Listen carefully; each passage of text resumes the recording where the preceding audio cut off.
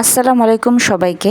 এই গরমে বাজারে গিয়ে বাজার করার মতো কষ্টসাধ্য কাজ আমার কাছে তো মনে হয় আর একটাও নেই। প্রচণ্ড গরম, বৃষ্টি সব মিলিয়ে একদম একাকার অবস্থা। আমি কিনে নিচ্ছি মিষ্টি আলু আর বিভিন্ন প্রকার সবজি। সবজির বাজারে গেলে আমার তো মন চায় আমি একসাথে সব সবজি কিনে বাসায় চলে আসি, কিন্তু আমার ফ্রিজটা অতটাও বড় না যে সবজি কিনে 2-3 দিনের জন্য স্টোর করে রাখা যাবে। তারপরেও যতটুকু ধরে ফ্রিজে ততটুকু তো আমি নিয়েই আসি।